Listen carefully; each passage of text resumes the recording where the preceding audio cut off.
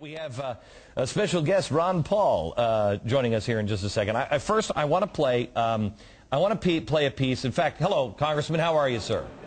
Good. How are you? Very good. I want to play a piece for the American people. Something that was said at Columbia University at a dinner on Friday. Finally got a hold of the audio and the video of this. This is George Soros and what he said on Friday on how bad things are at Columbia University. The seriousness of the crisis cannot be exaggerated. The closest comparison that I can think of is actually the collapse of the Soviet system. Okay. So George Soros is now, and I've got something on this tomorrow, America, that you just don't want to miss. The collapse of the Soviet system is how serious this is. What scares me about this, Congressman, is I know there are people all around the world that are licking their chops at, well, wait a minute, if things collapse with capitalism, we're going to have to restart it.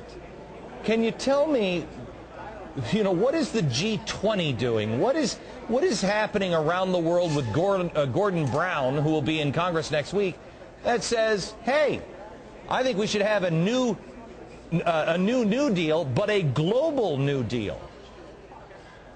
Yeah, they're frantic and they're panicking, and you have the central banks from the G7, I'm sure, are meeting constantly to plan the next monetary structure.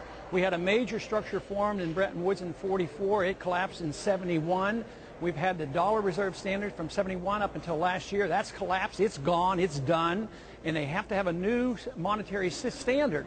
And they're planning behind the scenes. We're not entitled to know anything about it. Under the law, they don't have to tell us a thing. But believe me, they're planning. They're panicky because they don't have an easy answer. But there are major changes going on. I've argued this case for years, that we were working on destroying our whole system the way we were operating. Okay, so Congressman, I mean, no offense, because I think you're the one guy who has had this right from the very beginning. But the problem is, if you say stuff like this, it sounds like a conspiracy theory.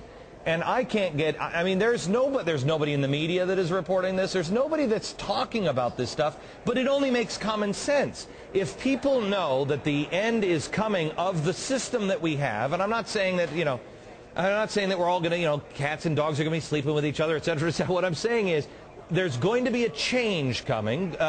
Rupert Murdoch said that nations will be redefined in this period. You know that people at the global level are looking at it and saying, okay, what's it going to look like? Where can we find out? Where do we start to look?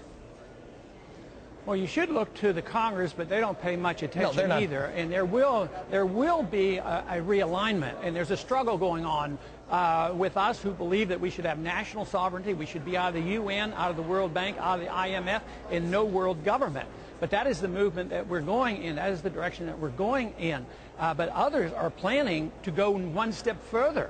They weren't satisfied with Bretton Woods. They weren't satisfied with the dollar standard. Now they want to probably modify the special drawing rights of the IMF, which they tried and didn't fail. But they want to control capital, and they want to control the natural resources of the world. So, and they're not nationalistic at all. They believe in world government, and they're more out in the open now than they were 25 years ago. Here's the problem. I mean, everybody will say, "Oh, that Glenn Beck, he's a conservative. He just loved the Bush administration." No, I didn't. And while I am a businessman myself and I like big business, I don't have a problem with Walmart. I do have a problem with people that look at our country as a market. And that's what's happening. These global corporations are just looking at people as consumers and a market, so they don't give a flying crap about our Constitution or anything else. What's good for business? How do you stop that?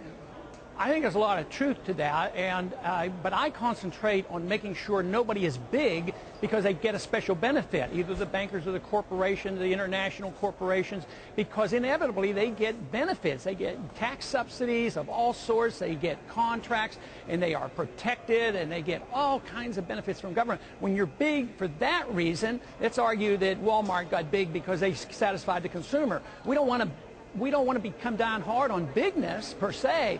Bigness in capitalism is good as long as they got there by the consumer voting confidence in that particular business. Yeah.